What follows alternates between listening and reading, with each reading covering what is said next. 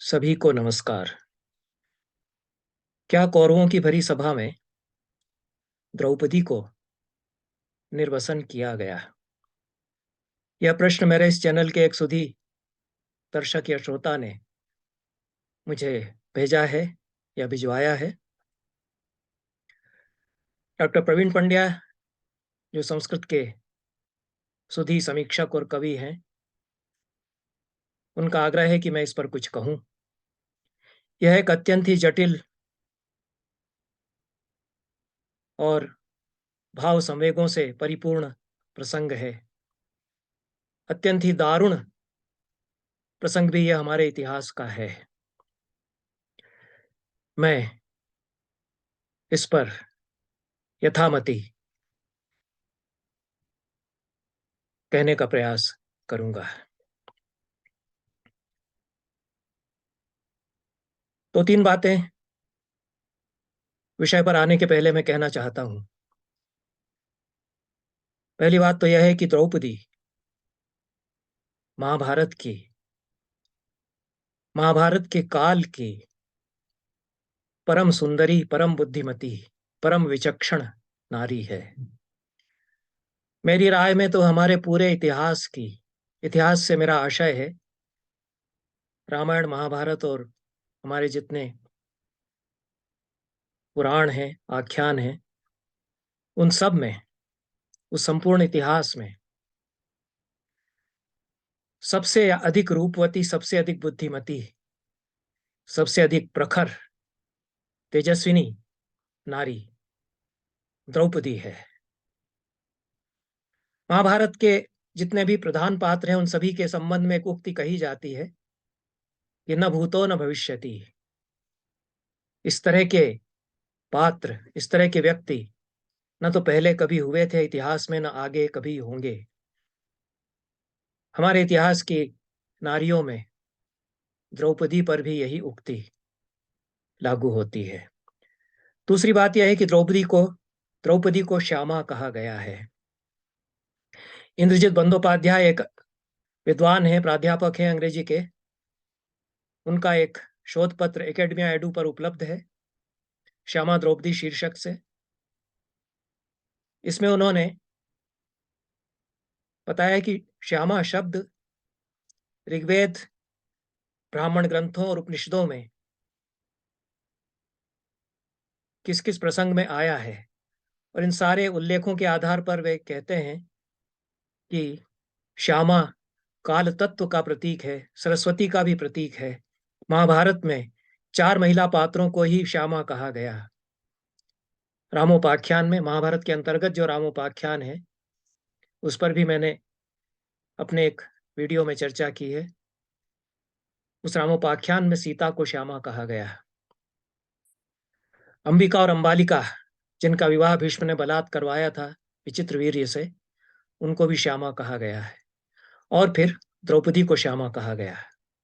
मेरा महाभारत पर ऐसा परिपूर्ण अधिकार नहीं है कि मैं दावे के साथ कहूं कि अन्य किसी स्त्री पात्र को महामती व्यास ने श्यामा नहीं कहा, पर इंद्रजित बंदोपाध्याय का यह कहना है।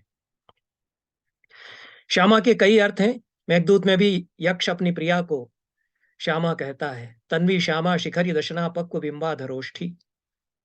मेघदूत के टीकाकार श्यामा की विस्तार से व्याख्या करते हैं।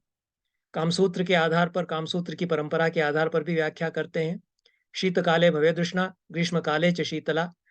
ऐसी नायिका, षोडशी षोडशी नायिका, परम सुंदरी रूपवती नायिका, जो पुरुष के साथ शीतकाल में उष्ण और ग्रीष्म काल में शीतल उसको लगती हो, ऐसी अद्भुत रूपवती नायिका को श्यामा कहा जाता है। मुझे तो संदेह रहा है कि यक्षिणी रंग से सांवली भी थी, क्योंकि जिस प्रदेश की यक्षिणी है वहां तो सभी गोरे होते हैं, यक्ष तो अत्यंत गोरे ही होते हैं। इसलिए श्यामा का जो शास्त्रीय अर्थ है हमारे वांग्मय में, शास्त्रों में, वही लिया जाना चाहिए। और द्रौपदी श्यामा है अपनी विलक्षण विशेषताओं के कारण। यद्यपि द्रौपदी का रंग सांवला रहा होगा, यह संभव है। नित्य कन्या, जो सदैव कन्या ही बनी रहती है, ऐसी नारी को श्यामा कहा जाता है, जैसे सरस्वती को भी इसीलिए श्यामा कहा गया। यह दूसरी बात है।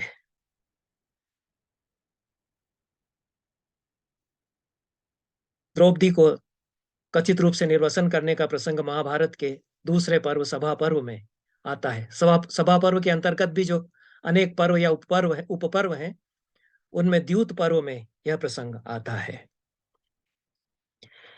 एम ए महेंद्रे जो वेद के प्रतिष्ठित विद्वान हैं और महाभारत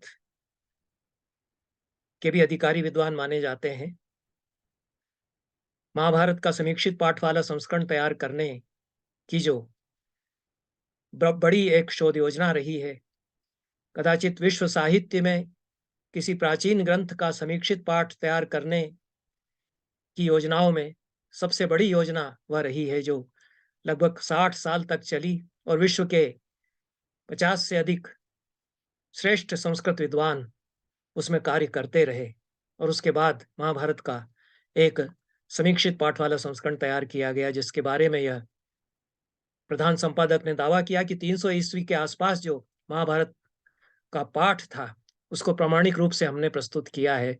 300 से अधिक पांडुलिपियों का मिलान करके, उसके सारे वृक्ष तैयार करके, चार्ट्स तैयार करके, और कौन सा पाठ सबसे प्राचीन और प्रामाणिक हो सकता है, बात का परवर्ती पाठ कौन सा है और क्यों वह जुड़ा है, इस सब पर विचार करते हुए मेंडले साहब के बारे में मैं कह रहा था कि उन्होंने महाभारत पर न केवल संपादन का कार्य किया, बल्कि उन्होंने शोध कार्य भी किया। और उनका एक शोध पत्र है जिसमें वो बताते हैं कि अनेक पांडुलिपियों का मिलान करते समय उनको ऐसा आभास हुआ और ऐसा भासित हुआ कि इस सभा पर्व की दो वाचनाएं रही हैं। एक वाचना लुप्त हो गई है। उस लुप्त हुई वाचना के अनेक श्लोक, जो वाचना हम तैयार कर रहे हैं, जो वाचना हमारे सामने है समीक्षित पाठ के आधार पर, उसमें मिल गए हैं। यहाँ बहुत अधिक अवसर नहीं है सभा पर्व या महाभारत की जो पाठालोचन की समस्याएं हैं, टेक्सचुअल प्रॉब्लम्स हैं, लेकिन उन समस्याओं से हमको टकराना पड़ेगा। मेरे सामने 3 संस्करण, प्रकाशित संस्करण महाभारत के हैं। पुणे से प्रकाशित भंडारकर प्राच्य विद्या संशोधन मंडल से प्रकाशित समीक्षित पाठ वाला संस्करण है, जो लगभग 60 वर्षों के अथक परिश्रम के साथ अनेक विद्वानों के द्वारा तैयार किया गया। दूसरा गीता प्रेस गोरखपुर का प्रकाशित संस्करण मेरे सामने है, और तीसरा कुंभकोणम से प्रकाशित दाक्षिणात्य पाठ वाला संस्करण है। गीता प्रेस गोरखपुर से प्रकाशित संस्करण में उत्तर का पाठ और दक्षिण का पाठ दोनों को मिलाकर के अपना एक पाठ तैयार किया गया है। समीक्षित पाठ वाला जो पूना का संस्करण है, उससे इन दोनों संस्करणों में बहुत अंतर भी है।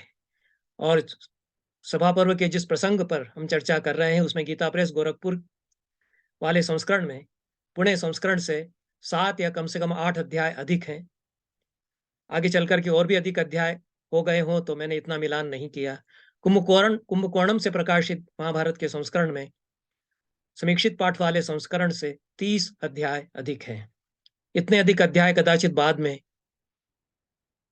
प्रक्षिप्त रूप में जुड़ते रहे, यह संभावना हो सकती है। इस प्रसंग के आरंभ में शकुनी और दुर्योधन युधिष्ठिर को उकसाते हैं द्यूत खेलने के लिए। विदुर विदुर जब जाते हैं युधिष्ठिर के पास और उनको समझाते भी हैं कि इस प्रपंच में तुम मत पड़ना, इससे अनर्थ हो सकता है, युधिष्ठिर स्वीकार करते हैं कि जुआ, द्यूत बहुत बुरी बात है, दुष्कर्म है। और साथ ही वे यह भी कहते हैं कि आहु तो न निवर्तेय, युद्ध में और द्यूत में यदि कोई मुझे चुनौती देता है और आह्वान करता है, तो मैं परांगमुख नहीं होऊंगा, मुंह नहीं मोड़ूंगा। दुर्योधन और शकुनी जब उनको उकसाते हैं तो वे तैयार हो जाते हैं। उसके पहले वे स्वयं इन दोनों के सामने और सारी कौरव सभा में द्यूत की बुराइयों पर बड़ा लंबा प्रवचन भी देते हैं, जो पूरे एक अध्याय में इस द्यूत पर्व में है। उसके बाद भी वो तैयार हो जाते हैं, उनको ऐसा व्यसन है द्यूत का या जुआ खेलने का।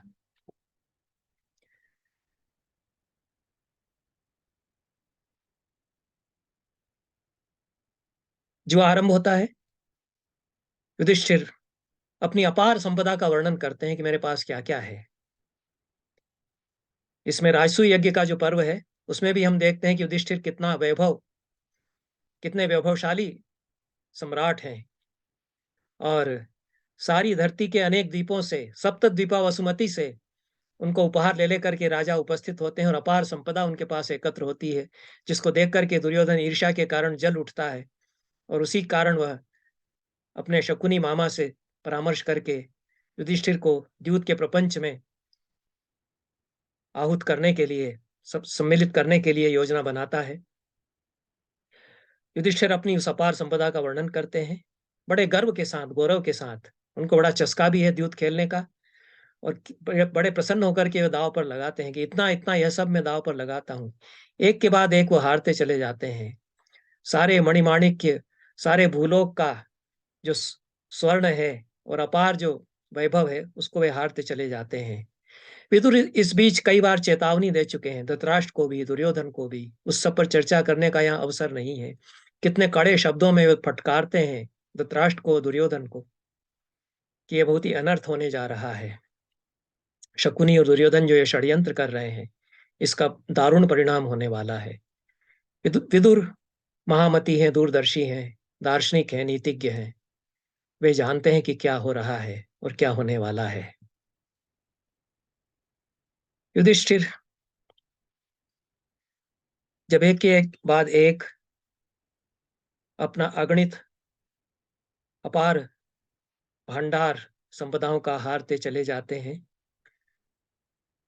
युधिष्ठिर फिर भी कहते हैं, अयुतम प्रयुतम चैव शंखम पद्मम तथार्बुदम खर्वम शंखम निखर्वम च महापद्मम च कोटय मध्यम चैव परार्धम च सपरम चात्र पंडिताम। इतना सब कुछ, सारी गणित की जो संख्याएं अधिकतम हो सकती थी, उनको लेकर के कि इतने सब मुद्राएं मैं लगाता हूं दाव पर, इनसे मैं खेलता हूं।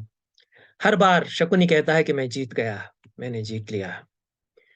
जब कुछ भी शेष नहीं रहता तो वे एक एक कर अपने भाइयों को दांव पर लगा देते हैं। पहले नकुल को, फिर सहदेव को, फिर अर्जुन को, और फिर भीम को। चारों भाइयों को दांव पर लगाने के बाद फिर शकुनी उकसाता है कि अभी तो बहुत कुछ बचा होगा तुम्हारे पास। तब वो कहते हैं कि मैं अपना पुर, अपने जनपद, अपनी भूमि और सारे प्रजाजन ब्राह्मणों को छोड़कर उनको दांव पर लगाता हूं। पुरम जनपदो भूमि अब्राह्मणैः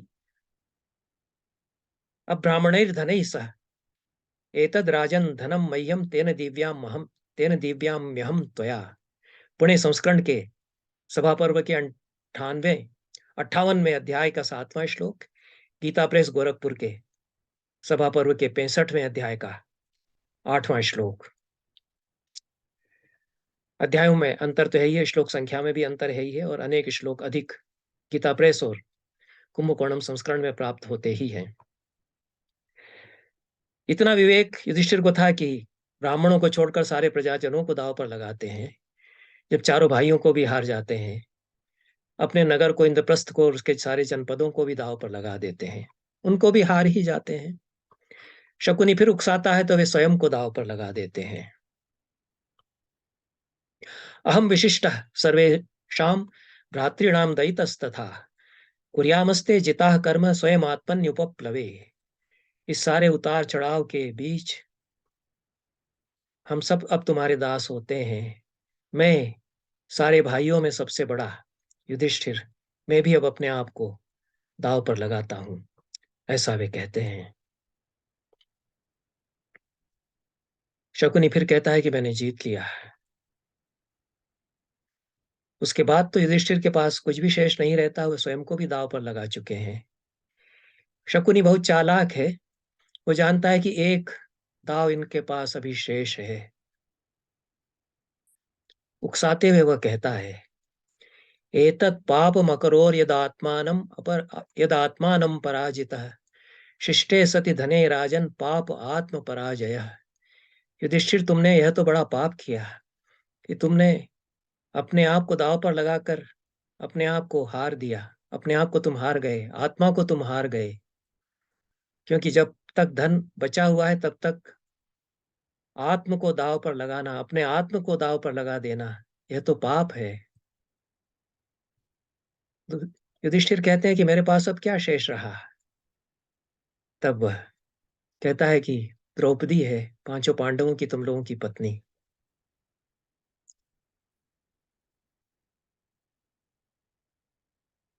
शकुनी बहुत चालाक था, लेकिन उससे एक चूक हो गई। उस पर हम आगे बात करेंगे।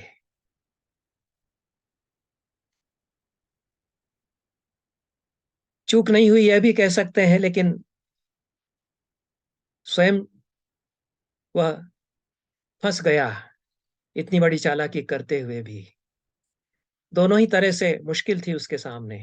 युधिष्ठिर जब अपने आप को दांव पर लगा रहे थे, उस समय कह देता कि द्रौपदी तो है अभी, अपने आप को दांव पर लगाने के पहले उसको लगा दो, तब कदाचित युधिष्ठिर द्रौपदी को दांव पर नहीं लगाते हैं।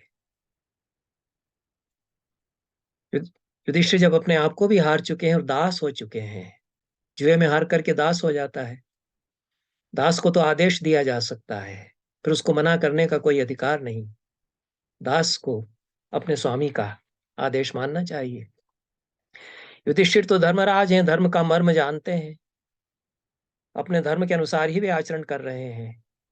वे दास हो चुके हैं, दास को स्वामी का आदेश मानना चाहिए, इसलिए वे द्रौपदी को दांव पर लगा देते हैं।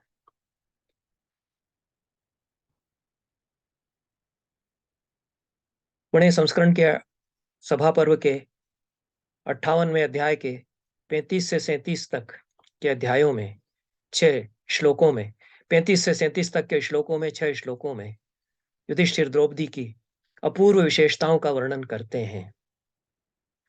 द्रौपदी पांडवों की दृष्टि में क्या थी, और द्रौपदी उस समूचे युग में क्या स्त्री थी, किस तरह की स्त्री थी, यह तो हम देख ही रहे हैं।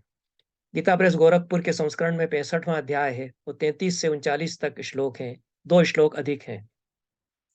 द्रौपदी के इस वर्णन में युधिष्ठिर कहते हैं, नैव रस्वा न महति, नाति कृष्णा न रोहिणी, सराग रक्त नेत्रा च तया दिव्याम्यहम त्वया।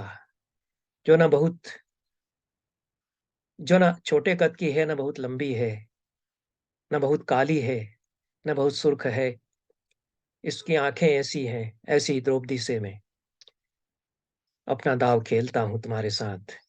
शारदोत्पल पत्राक्षा, शारदोत्पल गंधया, शरद ऋतु के कमल पत्र की तरह नयनों वाली, शरद ऋतु के कमल की तरह गंध वाली, शरद ऋतु की तरह रूप वाली, लक्ष्मी की तरह उस द्रौपदी से मैं तुम्हारे आगे दाव पर खेलता हूं। तथैव स्याद् आनशंस्यात् तथा स्याद् रूप संपदा, वैसी ही उसकी करुणा है, वैसी ही उसकी रूप संपदा है। तथा स्यात् शील संपत्त्या, वैसी ही शील संपदा उसकी है। याम इच्छेद पुरुष स्त्रियम, जैसी कोई पुरुष किसी स्त्री में देखना चाहता है, एक ऐसी स्त्री जो हर पुरुष के लिए काम में हो सकती है। तभी तो सारे कौरव टूट पड़े थे द्रौपदी के स्वयंवर में, हर कोई चाहता था कि द्रौपदी हमें प्राप्त हो जाए। और द्रौपदी विचक्षण और विलक्षण थी। मुझे ऐसा लगता है कि यह शर्त तो द्रौपदी ने ही रखी होगी कि जो पानी में प्रतिबिंब या तेल के कटाह में प्रतिबिंब देखकर मछली की आंख को बींध देगा, उससे मैं विवाह करूंगी। 2 ही धनुर्धर ऐसे थे जो कर सकते थे, एक कर्ण और एक अर्जुन। द्रौपदी अर्जुन को चाहती थी, उसको पता था कि केवल अर्जुन ऐसा कर सकेगा और कोई नहीं है। कर्ण प्रकट हो गया और द्रौपदी नहीं चाहती थी, उसने कहा मैं सूत से विवाह नहीं कर सकती। कैसी मनस्विनी स्त्री है, जिसका स्वयंवर हो रहा है, वह नहीं इस तरह से बोलती है कभी। स्वयंवर की शर्त तो पिता ने रख दी, अब जो उस शर्त पर खरा उतरेगा उससे विवाह करना ही पड़ेगा। उस कन्या को बोलने का अधिकार है या नहीं है तो मुझे नहीं पता, मैं नहीं समझता कि उसको अधिकार था। लेकिन द्रौपदी वह स्वयं अपनी शर्तें तय कर रही थी, ऐसा मुझे लगता है, क्योंकि ये द्रुपद के दिमाग की उपज नहीं हो सकती। द्रुपद का जो चरित्र है वो तो पूरा हम देखते हैं कि निर्बुद्धि व्यक्ति हुए थे। जिस तरह से द्रोणाचार्य से दुर्व्यवहार करते हैं अपने सहपाठी से, उनमें ऐसा विवेक तो नहीं था, ऐसी बारीक समझ नहीं थी। ये तो पता नहीं कौन सी मातृ परंपरा द्रौपदी में आई, या कौन सी परंपरा उसमें आई, इसीलिए कहा गया कि यज्ञ वेदी से वह निकली है द्रौपदी। तो यह तो उसके मस्तिष्क की सूझ मुझे लगता है कि थी, कि जो ऐसा धनुर्धर होगा जो मछली की आंख को उसका प्रतिबिंब तेल के कटाह में देख करके बींध देगा, वह महान पराक्रमी महान धनुर्धारी ही नहीं है, उसका मस्तिष्क ऐसा तेज है जो इतना एकाग्र हो सकता है। वो कितने कितनी मेधा से संपन्न वह व्यक्ति होगा। द्रौपदी चूंकि स्वयं इतनी मेधाविनी है, इसलिए वे अपने बराबरी की मेधा के व्यक्ति से विवाह करना चाहती है। अर्जुन को उन्होंने शायद इसलिए चाहा था। बाद में जो कुछ हुआ वह एक अलग बात है। तो ऐसी स्त्री जिसको कि हर पुरुष चाहता है, हर पुरुष के लिए काम में हो सकती है, लेकिन वह स्वयं अपना काम में चुनती है, यह युधिष्ठिर ने नहीं जोड़ा यहाँ, जो कि द्रौपदी ने किया। और भी अनेक द्रौपदी की विशेषताओं का, गुणों का, सद्गुणों का वर्णन करते हैं। जो रात में सबके बाद सोती है, सुबह सबसे पहले जागती है, जो अपने नौकर चाकरों का, सेवकों का ध्यान रखती है, जिसका मुख कमल की गंध से सदैव सुवासित रहता है और जिसका पसीना भी मल्लिका की गंध छोड़ता है, ऐसी द्रौपदी। उससे मैं कृश मध्य वाली, दीर्घकेशी, ताम्राक्षी इत्यादि इत्यादि, उससे मैं आखिरी दांव अपना खेलता हूं, ऐसा कहते हैं। यह क्या कर दिया युधिष्ठिर ने, क्योंकि व्यास कहते हैं, विशंपायन बताते हैं व्यास के शब्दों में, कि जैसा ही धर्मराज ने ऐसा कहा कि सभा में सभ्यों की जो सभासद थे, उनके मुंह से एक साथ निकल पड़ा कि धिक्कार है, धिक्कार है। एवं मुक्ते तो वचने धर्मराजेन भारत, धिक धिक इत्येव वृद्धानाम सभ्यानाम निसृता गिरह। धिक धिक, ऐसी वाणी सभासदों के, कौरव सभा में जो लोग बैठे हुए थे, जो सभ्य थे, सभी सभ्य थे भी नहीं, जो सभ्य थे उनके मुख से निकल पड़ी। चुक शुभे सा सभा राजन, राज्ञाम संजगिरे कथा। उथल पुथल मच गई उस सभा में, कोहराम मच गया कि ये क्या हो गया। और आपस में फुसफुसाकर बातचीत करने लोग लग गए, जितने राजा वहां थे, कि हो क्या रहा है। द्रौपदी का दांव पर लगाया जाना उस युग की कितनी बड़ी घटना थी, ये इससे समझ में आता है जो व्यास बताना चाहते हैं। और आगे व्यास कहते हैं, भीष्म द्रोण कृपादीनाम स्वेदश्च समझायत। पसीने छूट गए भीष्म द्रोण कृपाचार्य, जो सबसे बुजुर्ग लोग थे, सबसे तपपूत लोग थे उस सभा में, उनको पसीना आ गया कि क्या हुआ, क्या हो गया। विदुर जो इतना मना कर रहे थे, इतने कड़े शब्दों में फटकार रहे थे धृतराष्ट्र को, दुर्योधन को, उन्होंने माथा पीट लिया, सिर पर हाथ रख करके निस्सत्व होकर के वो बैठे रह गए। शिरो गृहीत्वा विदुरो गतसत्व युवा भवत, आस्ते ध्यायन नधो वक्त्रो निश्वसन पन्नगो यथा। सिर झुका करके लंबी सांस वो इस तरह से छोड़ने लगे, जिस तरह से कि सांप फुफकार छोड़ रहा हो। लेकिन युधिष्ठिर तो दाव खेल चुके थे। शकुनी ने घोषणा की कि मैंने जीत लिया। तब जो कुछ हुआ है उसमें अच्छे अच्छों के मुखौटे उतर गए। धृतराष्ट्र जो बड़े धर्मात्मा बनते थे, उन्होंने ही दुर्योधन के कहने में आकर के संदेश भिजवाया था युधिष्ठिर के पास कि धर्म सम्मत द्यूत होगा, आकर के खेलो। विश्वास दिलाने के लिए विदुर को भेजा था, जो कि धर्मात्मा है, धर्म के अवतार हैं, उनको दबाव डाल करके उनसे कहा था कि तुम जाओ।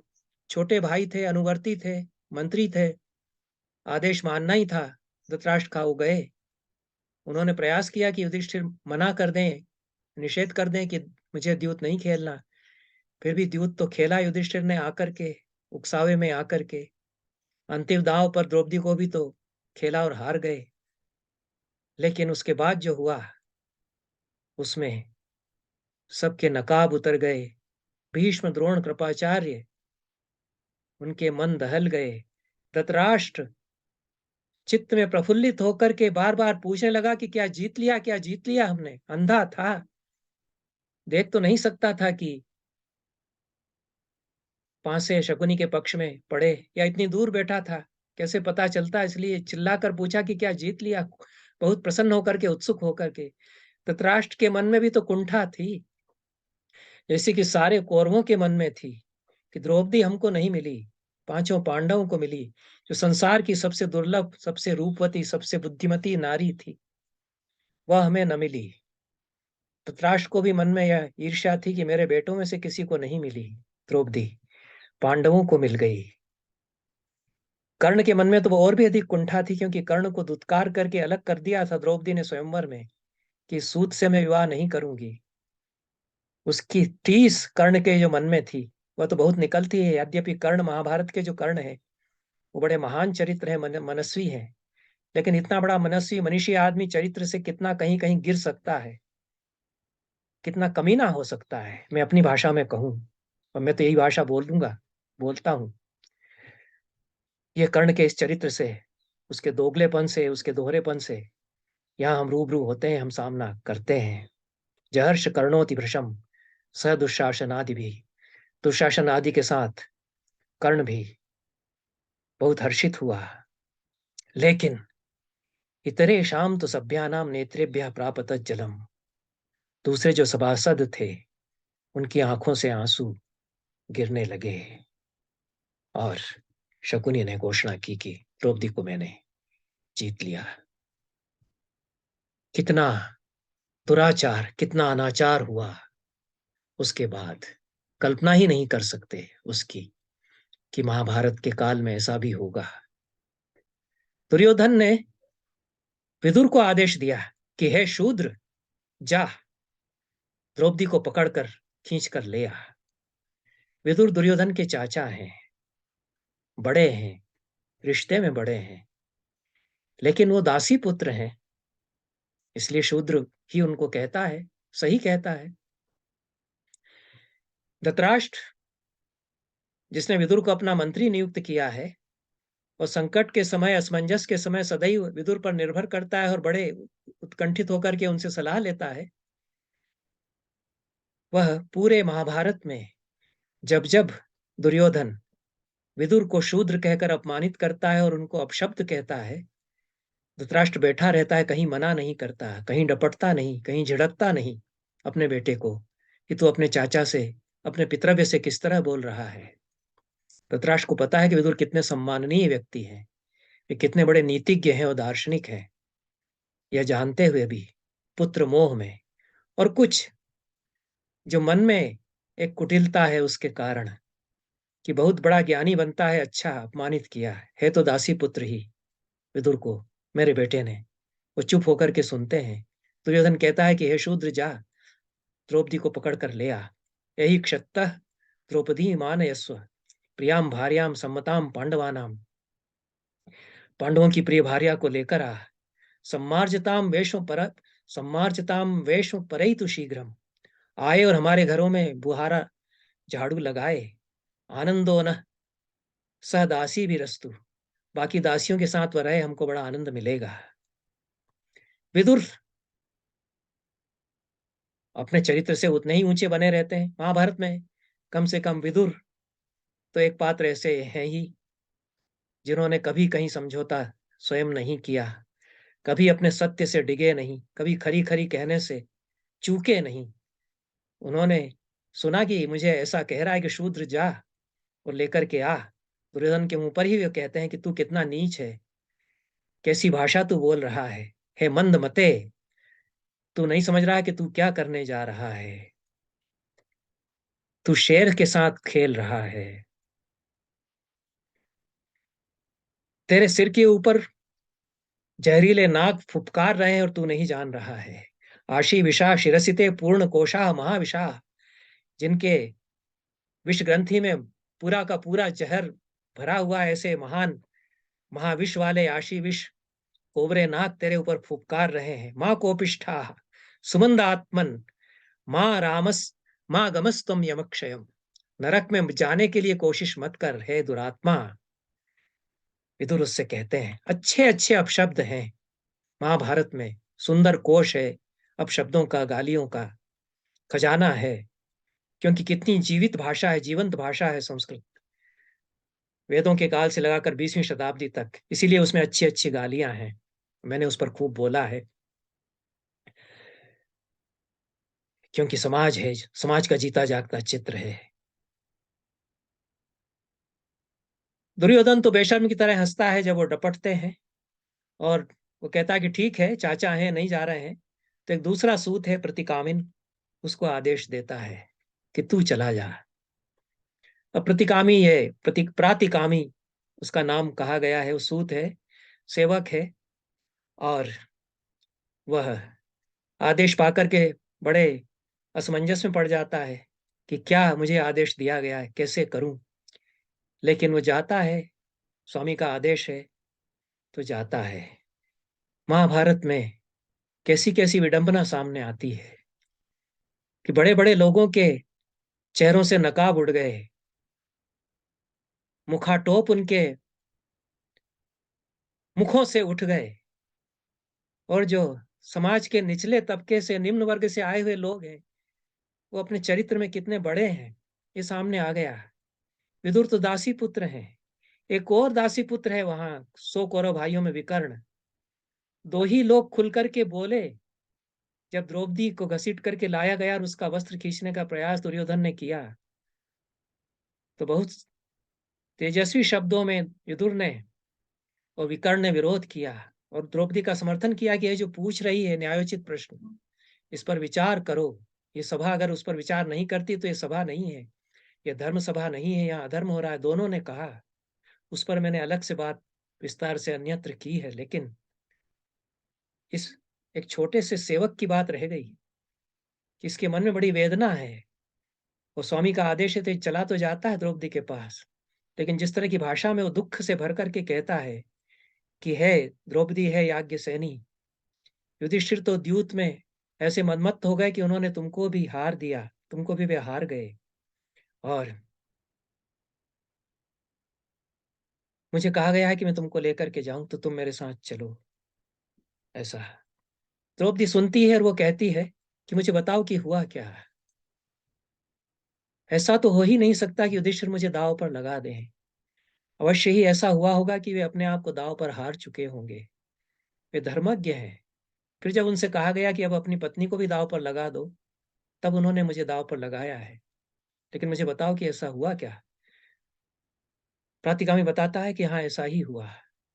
तब द्रौपदी प्रातिकामी से कहती है कि तुम जाकर के उस जुआरी से पूछ करके आओ कि क्या तुमने पहले अपने आप को दांव पर लगाया था और फिर तुमने मुझे दांव पर लगाया, क्या यह सत्य है।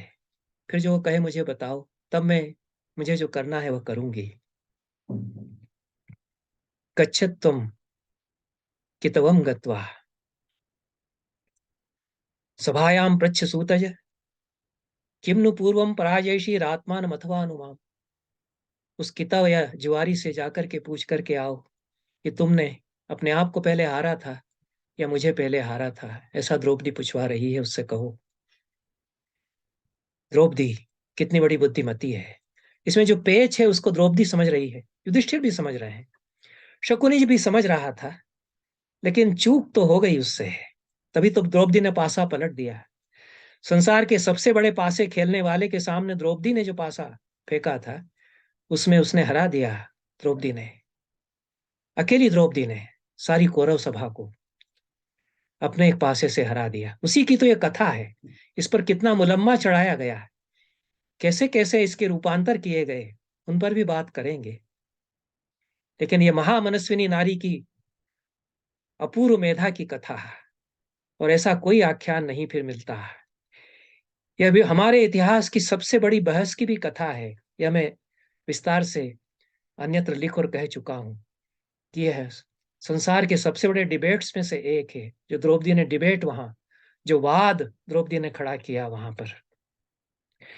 तो ये जो पेच था उसमें कि दाव पर कौन सबसे पहले अपने आप को हार चुका है, यह द्रौपदी पूछवाती है। लेकिन प्रातिगामी जाकर के कहता है कि द्रौपदी ने ऐसा पूछवाया है। युधिष्ठिर तो सिर झुका करके रह गए, क्योंकि वो समझ रहे थे कि द्रौपदी क्या करना चाहती है और किस लिए पूछवा रही है, क्या जवाब देते हो। दुर्योधन तो बिफर उठा। उसने कहा कि उससे कहो कि यहीं आकर के पूछे, वो दासी हो चुकी, युद्ध में वो हार चुकी। मूर्ख था, वो नहीं जान रहा था कि बात असल क्या है? उसने कहा उसको पकड़ करके लेकर के आओ।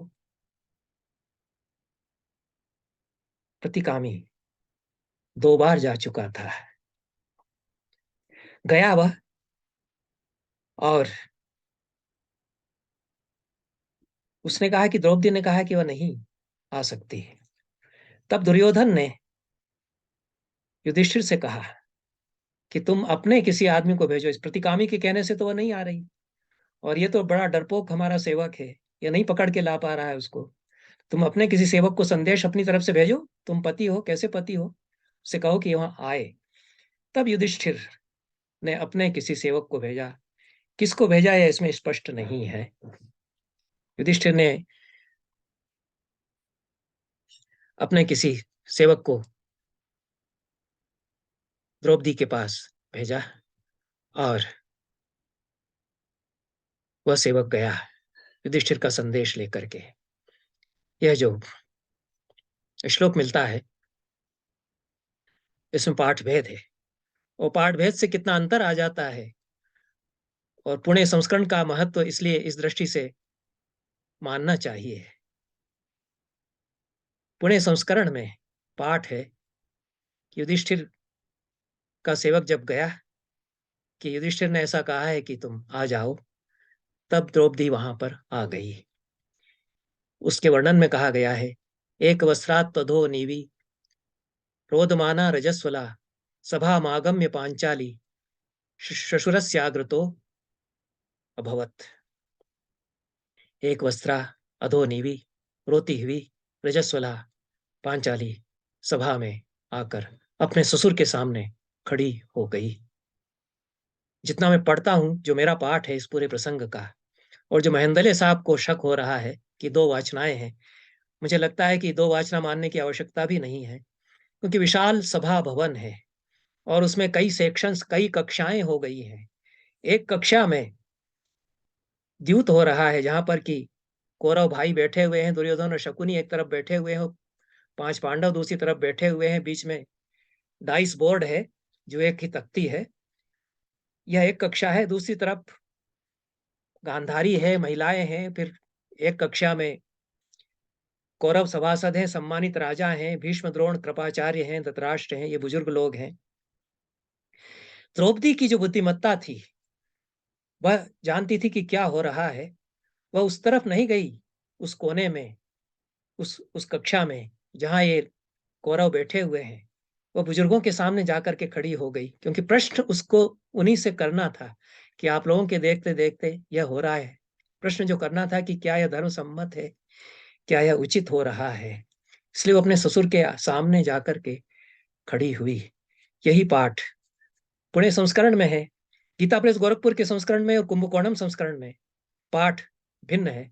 मुझे वह अनुचित लगता है। एक वस्त्रा, यह युधिष्ठिर के संदेश में मिला दिया गया है। यह श्लोक जो पुणे संस्करण में द्रौपदी का वर्णन है, तो उस युधिष्ठिर संदेश में कह रहे हैं कि एक वस्त्रा अधोनीवी रोती हुई रजस्वला तू सभा में आकर के हे पांचाली ससुर के आगे खड़ी हो जा। युधिष्ठिर क्या ऐसा कहेंगे? कुंभकोणम संस्करण के सभा पर्व के 89वें अध्याय का 31वां श्लोक है। गीता प्रेस गोरखपुर के सभा पर्व के 67वें श्लोक का 19वां श्लोक है। ये पाठ मिलता है कि युधिष्ठिर आदेश दे रहे हैं द्रौपदी को कि ऐसी ऐसी हालत में तू ससुर के सामने जाकर खड़ी हो जाए। मैं समझता हूं कि ऐसा युधिष्ठिर आदेश नहीं देंगे। वो जानते हैं कि द्रौपदी जानती है कि क्या करना है। उन्होंने इतना ही कहा, युधिष्ठिर बुद्धिमान है, स्वयं भी धर्मज्ञ भी है। इतना ही कहा कि जाकर कहो कि पति ने बुलाया है। द्रौपदी आ गई, लेकिन जानती थी कि कहाँ, किससे जाकर के मुझे क्या कहना है, किसके सामने मुझे जाना है। आगे होता है जो कुछ, उसमें बहुत उलटफेर तो होता ही है। और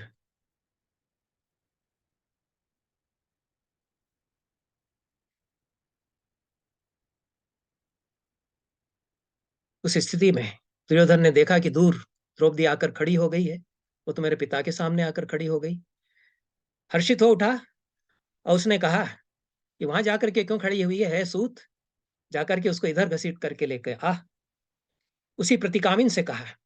इसीलिए मैं कह रहा हूं कि देखिए, एक चरित्र यह भी है एक सूत का महाभारत में। वो कह देता नहीं करूंगा। ये जो प्रतिकामी है, ततः सूतस्तस्य वशानुगामी भीतश्च कोपा द्रुपदात्म जाया विहाय मानम पुनरेव सभ्यानुवाच कृष्णाम किमहम ब्रवीमि। दुर्योधन ने आदेश दिया कि तू जा और वहां से भी उसको घसीट करके यहाँ लेकर के आ, जो उस तरफ की कक्षा में वो खड़ी हो गई है। कैसा यह चरित्र है। दुर्योधन की अवज्ञा कर देता है और वहीं जाकर के उन्हीं बुजुर्गों के सामने द्रौपदी से कहता है कि बताओ मैं क्या करूं। कैसा नीच, मुझसे क्या आदेश दे रहा है। ये एक चरित्र है। दुर्योधन देखता है कि वो तो वहीं जाकर के खड़ा हो गया और वहीं कुछ गिड़गिड़ा कुछ कुछ बड़बड़ा रहा है। तो बेशर्म है दुर्योधन। वो दुशासन से कहता है कि अरे ये तो बड़ा डरपोक निकला हमारा सेवक। दुशासन तू जा, तू वहां से पकड़ करके इधर लेकर के आ उसको।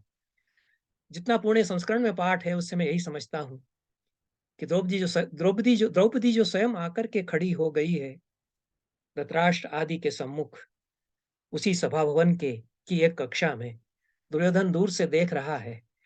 वह पहले प्रतिकामी से कहता है कि उसको इधर लेकर के आ। प्रतिकामी जब निषेध सा कर देता है, नहीं मानता दुर्योधन की बात को, तब दुशासन से कहता है कि उसको पकड़ कर इधर ले आ। दुशासनैष मम सूत पुत्रो प्रकोदराद उद्विजतेल्पचेता। ये तो बड़ा अल्पचेता छोटे मन वाला कायर निकला। ये भीमसेन से डरता है। बात बनाते हुए ऐसे कहता है कि वो भीमसेन से डर रहा है। देखो, भीमसेन से नहीं डर रहा था वह। प्रातिकामी जो था सूत, वह धर्म से डर रहा था, द्रौपदी से डर रहा था। ये तो व्यास स्वयं कहते हैं भीतश्च कोपा द्रुपदात्म जाया। आप देखिए कि दुर्योधन सूली पर लटका देगा, पता नहीं क्या सजा देगा, इससे डर नहीं है। द्रौपदी के क्रोध से डरता है कि ये कुपित हो जाएगी। ऐसी महामनस्विनी नारी तो पता नहीं क्या होगा। मैं इसको नहीं छूऊंगा। ऐसी ऐसी स्त्री क्रोध में मुझसे कुछ कहे, पता नहीं मैं जल जाऊं क्या हो। ये जानता था वो। इसलिए दुर्योधन ने दुशासन से कहा कि ये तो डरपोक निकला तू। स्वयं प्रगृह्य आनय याज्ञ सेनिम किमते करिष्यन्त्योषा सपत्ना। ये पांडव लोग जो दास हो चुके हैं क्या कर लेंगे। तू मत डर, तू यहाँ घसीट करके उसको ले आ, उस कक्षा से यहाँ लेकर के आ। और कितने लोगों की कलई खुल जाती है इस पूरे प्रसंग में, यह तो हम देखते ही हैं। तो शासन उसको पकड़ करके खींच करके लाता है, बेशर्मी से हंसता हुआ उसके कृष्णा के कृष्ण केशों को पकड़ता है और खींचता है। ततो जवेनाभिससार रोषाद दुशासनस्ताम अभिगर्जमान। गर्जन करते हुए दुशासन तेजी से झपट कर उसके पास पहुंचा। दीर्घेशु नीलेश चोर्मी मत्सु, उसके लहराते हुए घुंघराले दीर्घ कृष्ण केशों में पकड़कर कृष्णा को उसने खींचा। ये राज बहुत वेदना से व्यास ने लिखा है। ये राजसूयाव भ्रथे जले न महाकृतौ मंत्र पूते न सिक्ता ते पांडवानां परिभूय वीर्यम बलात् प्रमृष्टा धृतराष्ट्रजेन। किसी स्त्री को केशों से पकड़कर खींचना, श्रृंगार में प्रेम में केश ग्रहण होता है, वो परम प्रेम की स्थिति में होता है। और द्रौपदी के केशों को पकड़ करके खींचना, उसका क्या अंजाम होगा, क्या दुष्परिणाम होगा। सिंधुराज जयद्रथ ने द्रौपदी को केशों से पकड़कर खींचा था। उसको कैसी बुरी मरम्मत की है पांडवों ने। वो तो युधिष्ठिर के कहने पर छोड़ दिया, उसका सिर मुड़ा करके, वो बात अलग है। अंत में मारा ही गया। उसने भी केश पकड़ करके खींचा था। दुशासन ने द्रौपदी को केश पकड़ करके खींचा। भीम देख रहे थे। तो यह व्यास कहते हैं राजसूय के अवभृत जल से जिनको सींचा गया था, उस महाक्रतु में महायज्ञ में मंत्रपूत जल से सींचे गए उन केशों को पांडवों के वीर्य को पराभूत करते हुए बलात् छू लिया धृतराष्ट्र के पुत्र दुर्योधन ने। फिर उसको खींचता हुआ अतिकृष्ण केशी कृष्णा को वो उस कक्षा में लेकर के आया जहां दुर्योधन बैठा हुआ था। सताम परामृश्य सभा समीपम आनीय कृष्णाम अतिकृष्ण केशीम दुशासनो नाथवथी मनाथवत चकर्ष वायु कदली मिवारताम। जैसे आंधी प्रभंजन कदली को झकझोरती है उस तरह से खींचता हुआ दुशासन उस नाथवती द्रौपदी को, जो कि इस समय अनाथवती हो गई है, लेकर के आया, क्योंकि उसके सारे पति दास बन चुके हैं। सा कृष्यमाणा नमितांग यष्टि शनैर्वाचाथ शनैर्वाचाद्य रजस्वलास्मि एकम च वासो मम मंद बुद्धे सभाम नेतुम नारहसी माम नार्य। दुशासन के द्वारा खींची जाती हुई नमित अंग यष्टि, अपने ही देह में सिकुड़ी हुई झुकी हुई द्रौपदी, उसने धीरे से दुशासन से कहा कि मैं रजस्वला हूं, एक ही वस्त्र मेरे शरीर पर है मंद बुद्धि, मुझे उस सभा में तू इस तरह मत ले जा, है अनार्य। यह पुणे संस्करण के सभा पर्व के 58वें अध्याय का 25वां श्लोक है। गीता प्रेस गोरखपुर के 67वें अध्याय का श्लोक है 30वां। इस तरह से ततो ब्रवीताम प्रसभम निग्रह्य केशेषु कृष्णेषु कृष्णेषु तदा स कृष्णाम कृष्णम च ज्येष्ठुम च हरिम नरम च त्राणाय विक्रोश नयामि हित्वाम। दुशासन ने जबरदस्ती उसको पकड़कर उसके कृष्ण केशों में कृष्णा को खींचता हुआ वह बोला कि कृष्ण को, जिष्णु को, हरि को, नर को, जिसको तू पुकारना हो पुकार ले, मैं तो तुझे ले चला।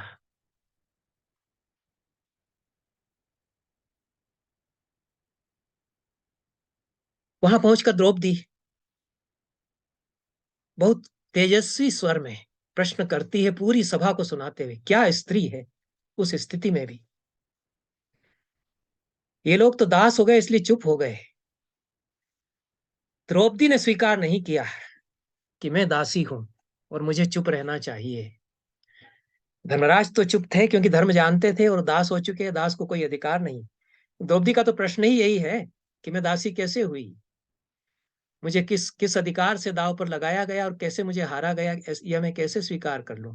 वह तो उसी मनस्विनी स्त्री की तरह बोलती है कि सारे लोग उत्तर दें मेरे सवाल का, कि किस तरह से मेरे पति को बरगला करके ये लोग लाए हैं, सबने मिलकर के उनको उकसाया है। वो जुए के माहिर खिलाड़ी नहीं है, जुए अच्छे जुआरी वो नहीं है, फिर भी उनको उकसा करके इसमें जुआ उनके साथ खेला गया और आप लोग सब देखते रहे। तो क्या सारा सत्व नष्ट हो गया है कुरुवंश का। भीष्म को, द्रोणाचार्य को सुनाते हुए कहती है, दिगस्तु नष्टः खलु भारतानां धर्मस्तथा क्षत्रविदां च वृत्तम यत्राभ्यतीताम कुरु धर्म वेलाम प्रेक्षन्ति सर्वे कुरुवः सभायाम। आप सारे कुरु लोग देख रहे हैं कि कितना अनर्थ, अनाचार, दुराचार हो रहा है। धिक्कार है आप लोगों को, आप लोगों का सबका सत्व क्या, सब सारी चेतना आपकी क्या नष्ट हो गई। सरल भाषा में कहूं तो क्या ईमान सब बेच दिया आप लोगों ने। ऐसा द्रौपदी कहती है। द्रोणस्य भीष्मस्य च नास्ति सत्वम। द्रोण का, भीष्म का सत्व चला गया क्या, चेतना उनकी चली गई क्या, निस्सत्व हो गए क्या वो। ध्रुवम च तथैवास्य महात्मनोपि। इन सारे लोगों का क्या सारा सत्व चला गया है, जो कुरुवंश की बहू को इस तरह से घसीटा जाता हुआ ये देख रहे हैं।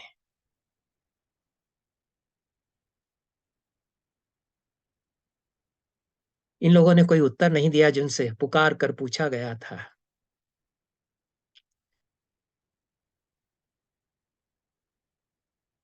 द्रौपदी तेजस्वी अपने स्वरूप में खड़ी हुई अपने पतियों की तरफ भी उसी तरह से देख रही थी, निर्भीक होकर के चुनौती देते हुए उनको कि तुम लोग कैसे हो। सा पांडवान कोप परीत देहान संदीप यामास कटाक्ष पाते ही, अपने तेजस्वी कटाक्षपात से उनको संदीप्त कर रही थी वह। यह 35वें श्लोक में उसी अध्याय में पुणे संस्करण में कहा गया सभा पर्व के।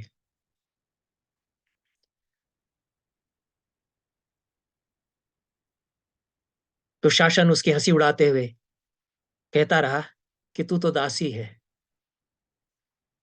और कर्ण दुशासन के इस कुकृत्य को देख करके और भी हर्षित होता रहा। कर्णस्तु तद्वाक्य मतीव हृष्टः। जैसे ही दुशासन ने कहा कि तू किस अधिकार से बोल रही है, यहाँ तू तो दासी हो चुकी। उवाच दासीति हसन निवोग्रह। तो कर्ण ने समर्थन किया कि ठीक कह रहा है दुशासन, दुशासन इसको तो बोलना ही नहीं चाहिए द्रौपदी को, ये दासी जो हो चुकी है।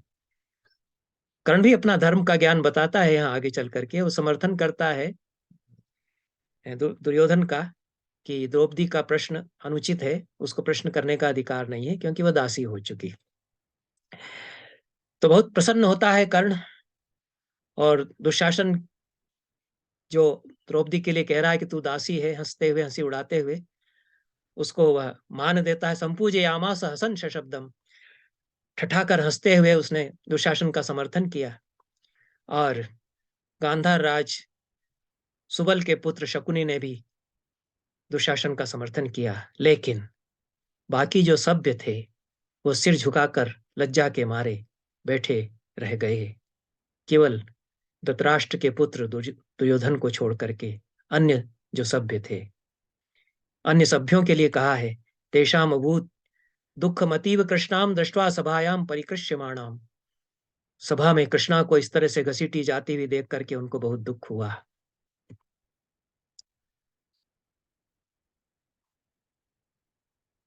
द्रौपदी ने चुनौती देते हुए कहा कि आप लोग सब चुप बैठे हुए हैं, मेरे इस प्रश्न का उत्तर दीजिए कि ये जो हुआ यह धर्म सम्मत हुआ क्या? मुझे जीती हुई संपत्ति मान करके जो यहाँ लाया गया, तो क्या मैं जीती हुई संपत्ति हूं? यही प्रश्न था कुल मिलाकर के। द्रौपदी का धर्मशास्त्र का ज्ञान इन लोगों से ज्यादा अच्छा था, उससे मुझे ऐसा लगता है। दास को प्रॉपर्टी राइट्स नहीं होते धर्मशास्त्र के अनुसार, युधिष्ठिर भी जानते हैं। तो दास को अपने स्वामी का आदेश मानना चाहिए। जुए में अपने आप को हार करके वे दास हो चुके, उनको आदेश दिया गया कि अब अपनी पत्नी को भी अपने पत्नी को भी दांव पर लगा दो, तो उन्होंने अपनी पत्नी को दांव पर लगा दिया। अपनी पत्नी को दांव पर लगा सकता है क्योंकि पति के लिए पत्नी उसकी प्रॉपर्टी है, अपनी प्रॉपर्टी को दांव पर लगाया, कोई उसमें धर्म का उल्लंघन नहीं हुआ यहाँ तक। लेकिन द्रौपदी द्रौपदी का जो प्रश्न है कि दांव पर लगाने का क्या युधिष्ठिर को अधिकार था, क्योंकि दास को प्रॉपर्टी राइट नहीं होते, दास को संपत्ति का अधिकार नहीं होता। तो उसको संपत्ति का, जब जिस आदमी की संपत्ति नहीं रह गई उसको किसी भी संपत्ति को दांव पर लगाने का अधिकार कहाँ रह जाता है? कुल मिलाकर के यही प्रश्न था कि क्या मैं जीती हुई संपत्ति कही जा सकती हूँ? भीष्म से नहीं बनता जवाब देते, जैसा वो जवाब देते हैं कुछ घुमा फिरा करके। और दुशासन तो अपनी पूरी निर्लज्जता पर आ गया है। वह कहता है कि क्या सुन रहे हो तुम लोग, ये द्रौपदी कुछ भी पूछ रही है। ये जो चारों पांडव, पांचों पांडव जो अपने कपड़े पहने हुए बैठे हैं, इन लोगों के कपड़े पहले उतारो। दासों को अधिकार नहीं है कि हमारे सामने ये ऊपरी वस्त्र पहन करके बैठे। दासों को केवल अधोवस्त्र पहनने का अधिकार हम देते हैं, अधोवस्त्र पहन करके रहें। और ये दासी हो गई, इसको भी केवल अधोवस्त्र पहनने का अधिकार होगा, इसका भी ऊपरी वस्त्र खींचो। ऐसा फिर से वह आदेश देता है। उसके आदेश देते ही पांचों पांडव अपना ऊपरी वस्त्र, अंग वस्त्र उतार करके रख देते हैं, क्योंकि वो तो दास हो चुके हैं। द्रौपदी तो जूझती है दुशासन से। दो ही स्त्रियां आतताइयों से इस तरह से जूझी हैं हमारे इतिहास में। तो सीता रावण को जिस तरह से धकेलती है, हरी जाती हुई सीता, वो सीता वाल्मीकि की सीता, जब उसको पकड़ करके खींच करके ले जाने लगा है तो वह उसने उसको धक्का दिया, बच करके दूर भागी, किसी वृक्ष से लिपट गई, फिर भी उसने खींचा। अपशब्द, सारे अपशब्द बहुत तेजस्वी भाषा में उससे कहती रही। ये वो छाया सीता नहीं है तुलसीदास की, ये वाल्मीकि की सीता, यही व्यास की द्रौपदी दुशासन से जूझती है। हाफ जाता है दुशासन, द्रौपदी में बल भी इतना रहा होगा, आसान नहीं था उसका ऊपरी वस्त्र खींचना। पूरे पाठ जो पुणे संस्करण का है उससे मैं यही समझता हूं कि ऊपरी वस्त्र को खींचने का प्रयास करता रहा। द्रौपदी का तेज, द्रौपदी का मान, द्रौपदी का दर्प, द्रौपदी का बल उसके सामने अवश्य होकर हो गया, थक कर के निढाल हो गया। ये तो व्यास बताते हैं। व्यास ये भी कहते हैं कि देखते देखते ऐसा लगता था जैसे कि वस्त्र खींचते ही कोई दूसरा वस्त्र आ जाता है। आकृष्यमाणे वसने द्रौपद्यास्तु विशांपते तद्रूपमपरम वस्त्रम प्रादुरासीत अनेकधा। जैसे जैसे वो खींचता था द्रौपदी के देह पर अन्य कोई वस्त्र आ जाता था अनेक तरह से। ये कहां से होता था व्यास नहीं कहते, नहीं कहना चाहिए था उनको। और जिसने जोड़ा है कि इस तरह से हुआ, वो कृष्ण आ गए, उन्होंने साड़ियां की साड़ियां नीचे फेंक नीचे डालनी शुरू की। द्रौपदी उसमें लिपटती गई, जो महाभारत B.R. चोपड़ा का है उसमें दिखाया गया। वो गीता प्रेस के संस्करण में भी है, कुंभकोणम के संस्करण में भी है। वो प्रक्षिप्त है, वो व्यास का महाभारत नहीं है। वो मध्यकाल में भक्तिकाल का महाभारत है, जो हमने पूरी परंपरा को हम रिकंस्ट्रक्ट करते हैं, पूरी परंपरा को हम भक्ति के प्रवाह में बहा करके कुछ का कुछ बनाते हैं। हमारी सीता दासी दासी हो जाती हैं, द्रौपदी जो है परम भक्तिन होकर के कृष्ण कृष्ण पुकारने लगती हैं। वो कृष्ण आ जाते हैं और उस साड़ियों के थान नीचे ढालते चले जाते हैं। ये व्यास के महाभारत में नहीं हो सकता था, क्योंकि उसका अंग ये नहीं बन सकता है। जो व्यास के महाभारत की जो संरचना है उसका ये अंग नहीं बन सकता। वहां अलौकिक और अपूर्व तो होता है, लेकिन ऐसा नहीं हो सकता, ऐसा नहीं होता कि व्यास के कृष्ण द्वारका से चले हुए प्रकट हो जाएंगे। वो रथ में बैठ करके कुछ 2 4 5 दिन में ही आते हैं। वहां से जब भी आते हैं द्वारका से हस्तिनापुर, वो इसी तरह से आते हैं। तो ऐसा कुछ नहीं हुआ व्यास के महाभारत में। ये द्रौपदी का कुछ था तेज, उसका सामर्थ्य, उसका पराक्रम, कि देखने वालों को लगा नहीं कि इसने खींचा तो निर्वस्त्र हो गई है। यह फिर से वस्त्र आ जाता था वापस उसकी काया पर। इतना ही व्यास ने कहा है और छोड़ दिया है, उसके आगे नहीं कहा। नहीं कह सकते थे, न तो वैशंपायन कह सकते थे, न व्यास कह सकते थे उसके आगे। सब देखते रह गए, सनाका सा खिंच गया वहां क्या हो रहा है, और वो निढाल होकर के पड़ गया। यहीं तक है। उसके बाद द्रौपदी फिर बहस करना शुरू करती है जब वो निढाल होकर के पड़ जाता है। जो प्रक्षिप्त पाठ है गीता प्रेस संस्करण में और कुंभकोणम के संस्करणों में, कुंभकोणम के संस्करण में, उसमें हे कृष्ण, हे गोविंद, हे दामोदर, कहाँ हो, कहाँ द्वारका में सोए हुए हो, मेरी रक्षा करो, इत्यादि बहुत सुंदर सुंदर श्लोक, जिनको कि खूब महात्मा लोग, संत लोग गा गा करके गदगद होते हुए भक्तजनों के समाज में सुनाएंगे। शब्द अश्रु प्रवाह वहां होगा। ये महाभारत नहीं है, ये व्यास का महाभारत नहीं है, ये भक्ति काल है। 1000 साल पहले का आज से जो भक्ति काल है, जिसकी धारा ने हमारे बहुत सारी तर्क की वाद की परंपराओं को धोकर के रख दिया। कितने तेजस्वी हम थे, कितने प्रखर थे हम तार्किक। और द्रौपदी कितनी बड़ी तार्किक थी। इस सारे उस समय के बुद्धिजीवियों को अपने एक प्रश्न से वह निस्तेज कर सकती थी, चुप कर सकती थी। उसको धो करके रख दिया आपने, हमने, इस पिछले 1000 साल के भक्ति काल ने। उसकी मैं बात नहीं करता। जिनको उससे आनंद से गदगद होना हो उसमें होते रहे, वो प्रक्षिप्त है। क्योंकि पुणे संस्करण पर आप विश्वास न भी करें कि उन्होंने तो 300 पांडुलिपियां मिलाई और अपना पाठ तैयार किया, हम नहीं करते। हम तो गीता प्रेस गोरखपुर वाला ही संस्करण पढ़ेंगे, कुंभकोणम वाला ही पढ़ेंगे। उसमें तो द्रौपदी पुकारती और कृष्ण आते हैं।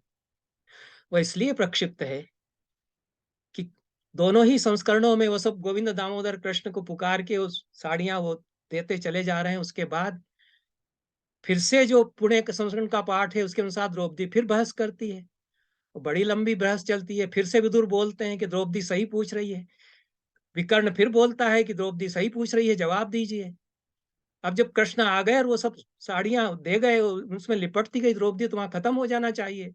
जैसे B.R. चोपड़ा का महाभारत वहां खत्म हो गया, चीरहरण का वृत्तांत वहां खत्म हो गया। उसके आगे द्रौपदी का प्रश्न फिर क्या प्रश्न करेगी, उसने तो गोविंद को पुकार लिया। लेकिन ये पाठ चल रहा है वहाँ भी, गीता प्रेस में भी और कुंभकोणम में भी, जो पुणे संस्करण में पाठ है, वहाँ 3 अध्याय जुड़ गए बीच में, जिनमें कि गोविंद आते हैं, दामोदर आते हैं और वो साड़ियाँ आती चली जाती हैं उस सब के, और उसके बाद फिर आगे प्रसंग वही आ जाता है कि द्रौपदी फिर प्रश्न कर रही है। दुशासन फिर उठ खड़ा हुआ है। जब कृष्ण अपनी लीला करके चले गए तो कहाँ से फिर उठ खड़ा होगा वह? वहां तो सबको खत्म हो ही जाना चाहिए, सारा इनका अनाचार दुराचार। लेकिन वो फिर से साड़ी खींचता है, द्रौपदी फिर तेजस्वी स्वर में डपटती है। तब लगता है धृतराष्ट्र को कि अति हो रही है, और वो कहते हैं कि बंद करो यह जो पानी सिर के ऊपर से निकल जाता है धृतराष्ट्र को, इतना तो लगता ही है। धृतराष्ट्र केवल अपमानित देखना चाहता था पांडवों को, द्रौपदी को। यह जानता था कि अति हो जाएगी तो मेरे ऊपर आएगा सब। तो कहता है कि बेटी अब यह सब कुछ नहीं होगा, तू वर मांग ले। क्योंकि ये जो प्रश्न था, धृतराष्ट्र स्वयं अपने आप में बहुत नीतिज्ञ हैं। पूरे महाभारत में जो धृतराष्ट्र का चरित्र है, वह अत्यंत बुद्धिमान और राजनीति का बहुत बड़ा जानकार। यह तो समझ गया कि द्रौपदी जो प्रश्न कर रही है वह सही प्रश्न है, इसका कोई उत्तर नहीं बनता। जो भीष्म कह ही रहे हैं कि कोई उत्तर नहीं बनता मुझसे, अंत में वो यही कहते हैं कि युधिष्ठिर तो स्वयं धर्मात्मा है, धर्मज्ञ है। उसने तुझे दांव पर लगाया, हार गया, तो उसने ठीक समझकर ही किया होगा, मैं क्या कहूं। ऐसा जो संसार के सबसे बड़े ज्ञानी हैं, वो द्रौपदी से ऐसा कह रहे हैं कि मैं कुछ नहीं बता पा रहा बेटी, हे बहू, मैं नहीं तेरे प्रश्न का जवाब दे पा रहा। धृतराष्ट्र समझ रहा था इस बात को, तो उसने कहा अब ये सब बंद करो। तो द्रौपदी से कहता है कि तू वर मांग ले मुझसे, कोई 3 वर मांग ले। द्रौपदी 3 वरदानों में अपने 5 पतियों को दासत्व से मुक्त करती है। मैं तो दासी नहीं हूं, ये तो मानती ही है। अपने खोए हुए राज्य को, सारी संपदा को वापस प्राप्त करती है। इतना ही प्रसंग है महाभारत में द्रौपदी के चीरहरण का। और जो प्रश्न उठाया गया है, मैं समझता हूं कि यह इतनी बड़ी दुर्दांत दारुण घटना थी उस काल की, कि व्यास इसके आगे कुछ नहीं कह सके। वो निर्वस्त्र नहीं देख सकते थे उस समय की सबसे बड़ी रूपवती, सबसे बड़ी बुद्धिमती, सबसे तेजस्विनी नारी को। वो यही कह सकते थे कि ऐसा उसका रूप था कि दिखाई नहीं पड़ा किसी को। अन्य वस्त्र ही हर बार दिखाई पड़ा जिन्होंने देखा, यह स्त्री का तेज है। इतना ही कहकर के व्यास आगे बढ़ गए। फिर से द्रौपदी प्रश्न करती गई सभा में। विदुर कहते गए कि विचार करो। उसके बाद तो विदुर आख्यान सुनाते हैं प्रहलाद का, और गलत निर्णय देने से क्या क्या पाप होते हैं, किस तरह से सहस्त्रों वर्षों नरक में रहना पड़ता है, ये सब वो कहते हैं। तभी तो धृतराष्ट्र पर प्रभाव होता है, और वो कहते हैं कि भाई बंद करो, अब बहुत हुआ, यह सब हुआ, यह प्रसंग है। तो उस हिसाब से, उस दृष्टि से, यद्यपि अनेक विद्वान कहते हैं कि द्रौपदी को निर्वस्त्र किया गया, पी राघवन ने भी इस पर एक शोध पत्र लिखा है, उसमें वो ये कहते हैं, लेकिन मैं ऐसा नहीं मानता, क्योंकि द्रौपदी द्रौपदी ही थी। दुशासन और दुर्योधन इस तरह से उनका अपमान नहीं कर सकते थे। बहुत बहुत धन्यवाद सभी को। नमस्कार।